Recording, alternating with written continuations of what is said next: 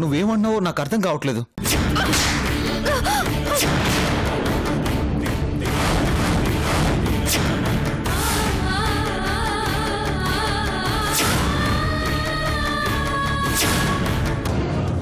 నువ్వు అవునన్నా కాదన్నా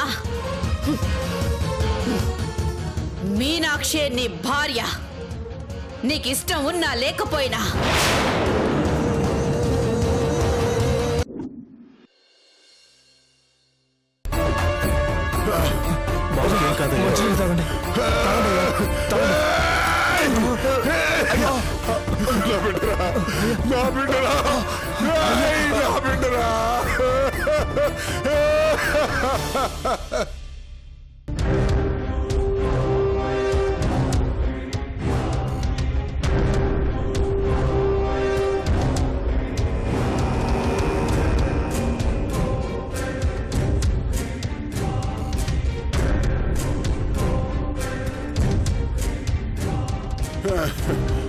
డాక్టర్ నా కొడుకు ఎలా ఉన్నాడు సార్? ఎలా ఉన్నాడు సార్? అది డాక్టర్ నా కొడుకు ఎలా ఉన్నాడో చెప్పండి డాక్టర్. సార్ నేను చెప్పేది కాస్త ప్రశాంతంగా ఉండండి సార్. తల మీద చాలా బలంగా కొట్టడం వల్ల బ్లడ్ క్లాట్ అయ్యి బ్రెయిన్ డెడ్ అయింది. గుండె కొట్టుకుంటోంది, జస్ట్ కొట్టుకుంటోంది అంతే. మనిషిలో చలనం లేదు. ఆల్మోస్ట్ అతను కోమాలోకి వెళ్ళినట్లే. నా కొడుకు మామూలు మనిషి కావాలి. వాడు షేర్ లాగా మళ్ళీ తిరిగి రావాలి. Sir cool down sir. Sir please please sir, please cool down sir. మా ప్రయత్నం మేము చేస్తూనే ఉన్నాం. ఆ పైన ఆ దేవుడు దయ. 24 గంటల్లో కళ్ళు తెరిస్తే అతను బతికినట్టు, లేదంటే అతని ప్రాణం దక్కనట్టే. కమాన్ కమాన్.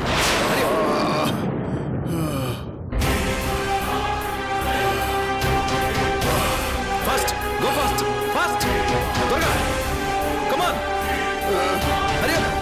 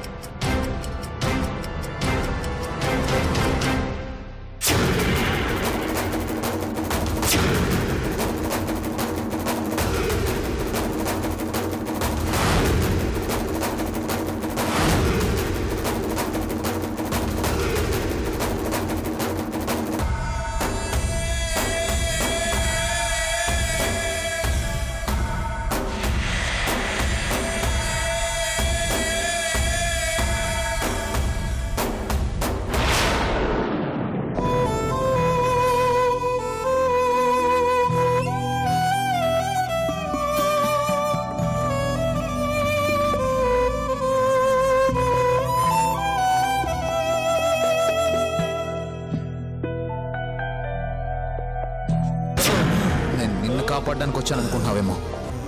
నేను వచ్చింది మా అమ్మని కాపాడుకోవడానికి. నువ్వు ఏమైపోతే నాకేంటి?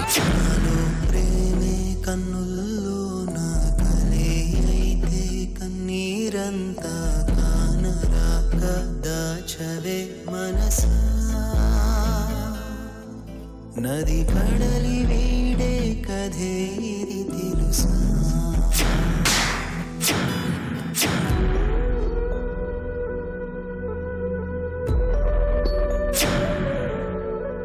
ఆ రోజు నాటికి నీ మనసు మారకపోతే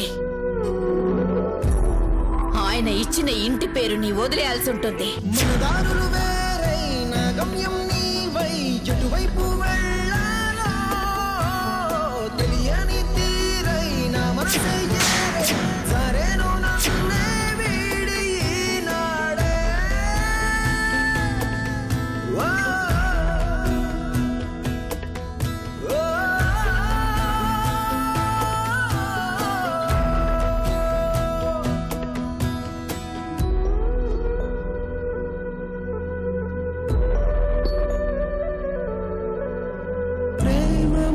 మనిషికి భారమైన మనసు మనసుకు దూరమెంత ఎక్కడ ఉన్నా వీడదు నీ చెంత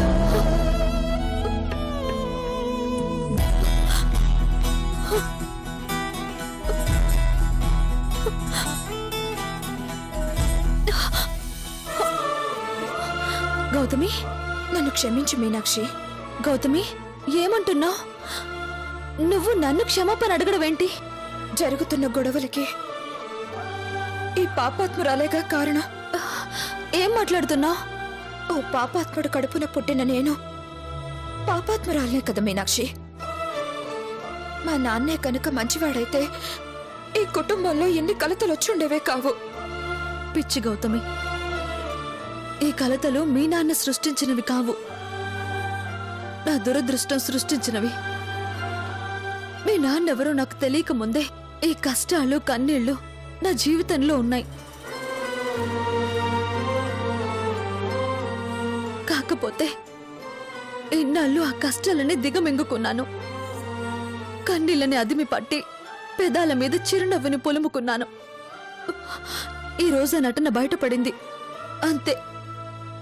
కానీ ఈ కోర్టు సాక్ష్యాలు, కక్ష కట్టి మా నాన్న నిన్ను తీసుకెళ్లడం, ఇవన్నీ లేకపోతే ఇంకొన్నాళ్ళు మీ నటన బయటపడేది కాదు. నువ్విలా కన్నీరు పెట్టుకునేదానివి కాదు. అయ్యో గౌతమి, నా కాపురం తుమ్మితే ఊడిపోయే ముక్కు లాంటిది. ఎప్పటికైనా అది నిలిచేది కాదు. నువ్వేం చేయగలవు?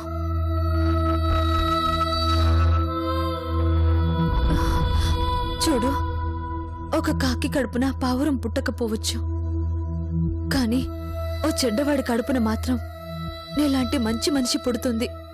మీనాక్షి, నిన్ను నువ్వు నిందించుకోవద్దు. మీనాక్షి, ఆదరించి హక్కును చేర్చుకున్న నీకు ఏదో మంచి చేయాలని తప్పించాను. కానీ నా వల్ల నీకు మంచి జరగకపోగా చెడే జరుగుతుంది. చెడు జరగడానికి, చెడు తలపెట్టడానికి చాలా తేడా ఉంది గౌతమి. నాకెప్పుడు ఎవ్వరూ చెడు తలపెట్టరు, ఆ భగవంతుడు తప్ప. దానికి ఎవరేం చేయగలరు?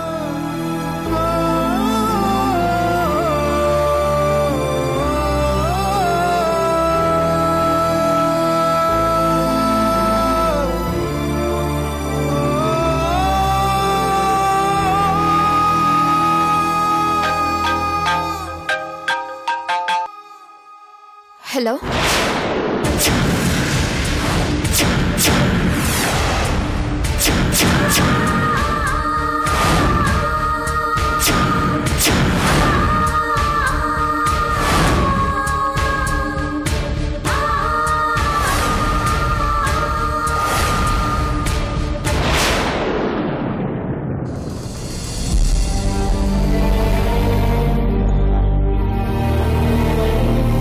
అయ్యా అయ్యా, ఎంత ఘోరం జరిగిపోయింది. అయ్యా, మమ్మల్ని విడిచిపెట్టి వెళ్ళిపోయావా అయ్యా? నిన్ను వదిలిపెట్టి మేము ఎలా బతకాలయ్యా? అయ్యా అయ్యా అయ్యా.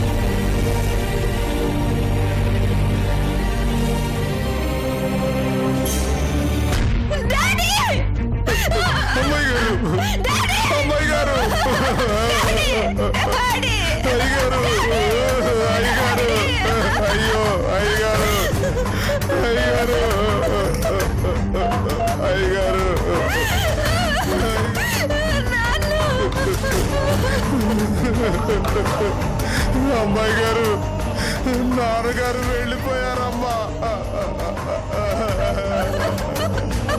మనందరినీ ఒంటరి వాళ్ళని చేసి అయ్యగారు వెళ్ళిపోయారమ్మా. ఎలా జరిగింది? ఏముందమ్మా, అయ్యగారికి దెబ్బ మీద దెబ్బ పడతానే ఉంది. ఆ మీనాక్షి సాక్ష్యం చెప్పింది. అయ్యగారు జైలుకి వెళ్ళారు. మీరేమో అమ్మాయి జోలికి రావద్దని వార్నింగ్ ఇచ్చారు. ఆ బలరాం గాడు అన్నయ్యను కొట్టిన దెబ్బలకి కోమాలోకి వెళ్ళిపోయాడు.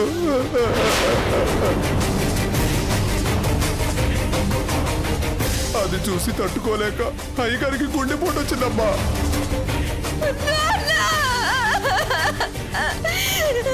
ఎంత ఘోరం జరిగిపోయింది నాన్న. క్షమించు నాన్న, నన్ను క్షమించు. నీ చావుకి కారణం నేనే నాన్న.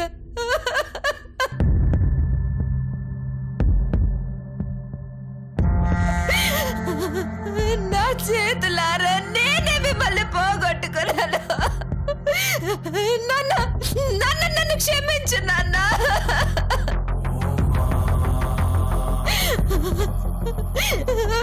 అమాయకురాలికి భర్తని దూరం చేశారని మీ మీద విరుచుకుపడ్డాను.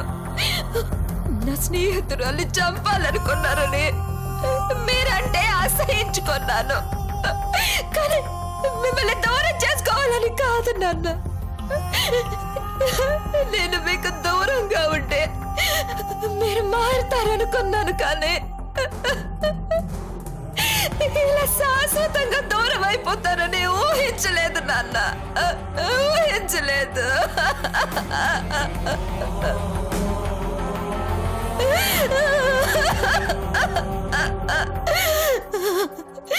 ఎందుకు నాన్న, ఎందుకు ఇలా చేశారు? నన్ను వదిలి మీకు ఎలా వెళ్ళాలనిపించింది నాన్న?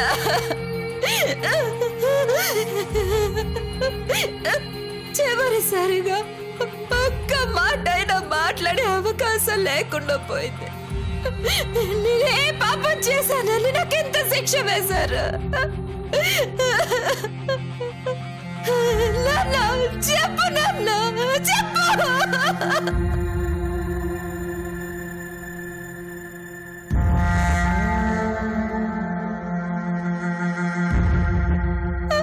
పాపం చేసింది నువ్వు కాదమ్మా, నేను.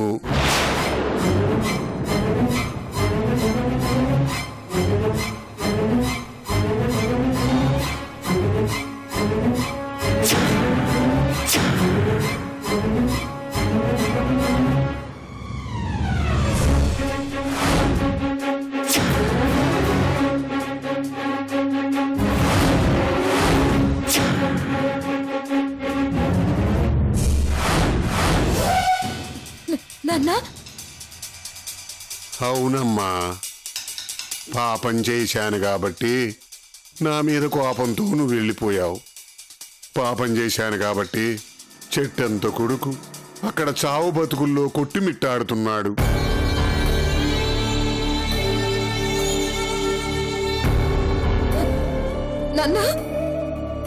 అవునమ్మా, నువ్వు పుట్టగానే మీ అమ్మ నిన్ను మీ అన్నయ్యని ఇద్దరినీ నా చేతిలో పెట్టి ఇద్దరినీ నా కళ్ళతో సమానంగా చూసుకోమంది.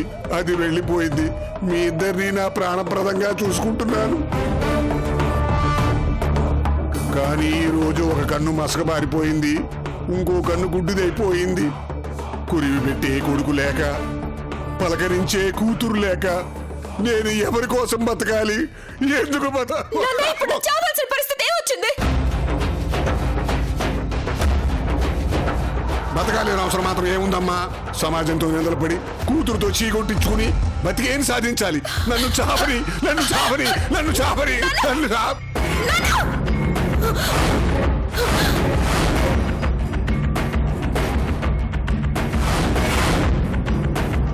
అవునమ్మా, ఎందుకమ్మా నేను నిందలు పడాలి? తప్పు చేస్తే శిక్ష అనుభవిస్తాను. కానీ నేనే తప్పు చేయలేదు. వ్యాపారం చేశాను, మోసం చేసి కాదు, నిజాయితీగా వ్యాపారం చేశాను, ఎదిగాను. కానీ గిట్టని వాళ్ళు నా గురించి దుష్ప్రచారం చేశారు. అడిగిన వాళ్ళకి లంచాలు ఇవ్వలేదని నా జీవితాన్ని పేపర్కి ఎక్కించారు అని చెప్పినా ఇప్పుడు నువ్వు నమ్ముతావా? నమ్మవు.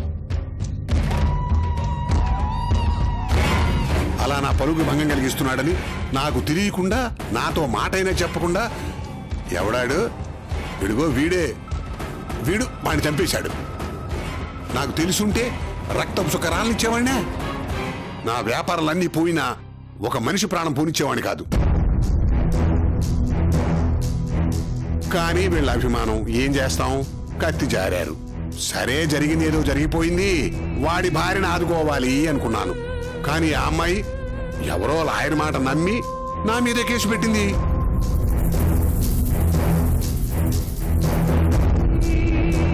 నేను తప్పు చేయకపోయినా కత్తి పట్టకపోయినా నా మీద కేసు పెట్టింది.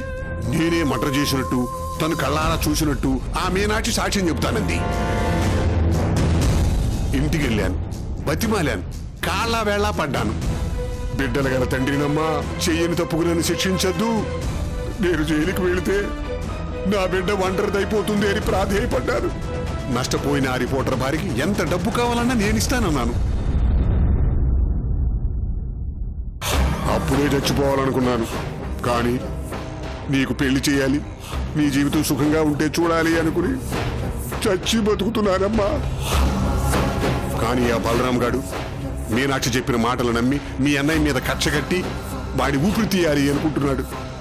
మీ అన్నయ్య ఇక బతకడమ్మా, నిన్ను చెల్లెమ్మా అని పిలవడు. మీ ఇద్దరు లేకుండా నేను బతకలేనమ్మా.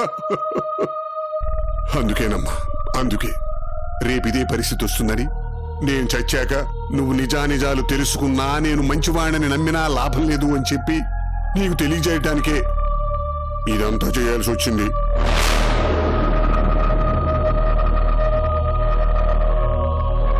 చెప్పమ్మా, నీ తప్పు చేశానా? నేను నేరం చేశానా? నేను పాపాత్మున్నా? నేను కూని కోరినా? అవును అని ఒక్క మాట చెప్పు. ఇప్పుడే ఇక్కడే ఇలాగే కన్ను మూస్తాను.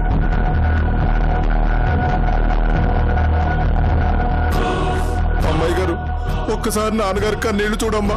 ఎవరి వల్ల నానింత బాధపడుతుంది? ఎవరి వల్లమ్మా? నలుగురు తనలో నాలుగులా ఉండవలసిన అయ్యగారు ఈరోజు తలదించుకోవాల్సి వచ్చింది. ఎవరి వల్లమ్మా? ఒకరికి ప్రాణం పోయడమే కానీ చీమకు కూడా హాని చేయని అయ్యగారిని రాక్షసుల్లా చిత్రీకరించారమ్మా. అలాంటి వాళ్ళ పంచన ఎలా ఉన్నావమ్మా?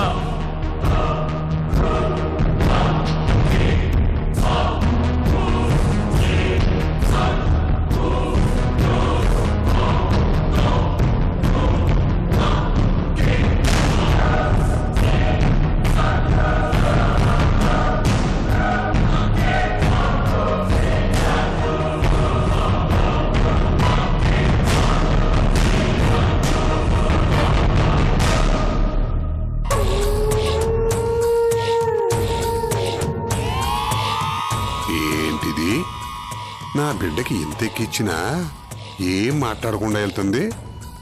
ఊహు అన్నట్ట.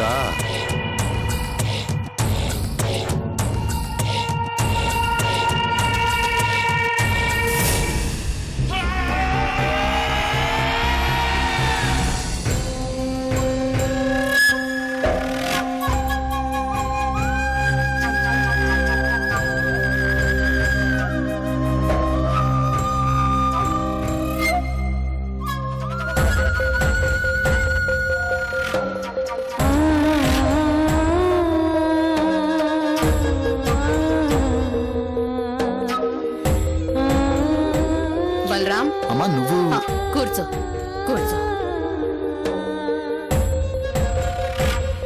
ఇప్పుడు ఎలా ఉంది బాబు? ఇవన్నీ చిన్న గాయాలమ్మా, 2 రోజుల్లో మాయం అవుతాయి. కానీ నీ మనసుకు తగిన గాయాల్ని తలుచుకుంటేనే బాధేస్తోంది.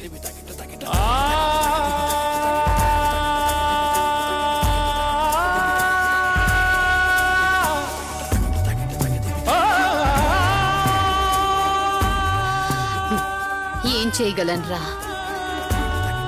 నా అదృష్టం అంత్యాన్ని సరిపెట్టుకోవడం తప్ప.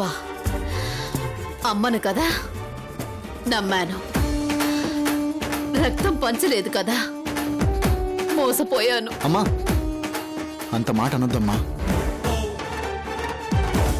నువ్వు అనుకుంటున్నట్లు కృష్ణ నిన్ను మోసం చేయలేదమ్మా. నిన్ను బతికించుకోవాలనుకున్నాడు, నిన్ను సంతోషంగా ఉంచాలనుకున్నాడు. అందుకే మీనాక్షితో ప్రేమగా ఉంటున్నట్టు నటించాడు. కానీ ఇన్నాళ్ళు నిన్ను మోసం చేసి నిన్ను అగౌరవపరిచి నిన్ను చంపేస్తున్నానని ఊహించలేకపోయాడు.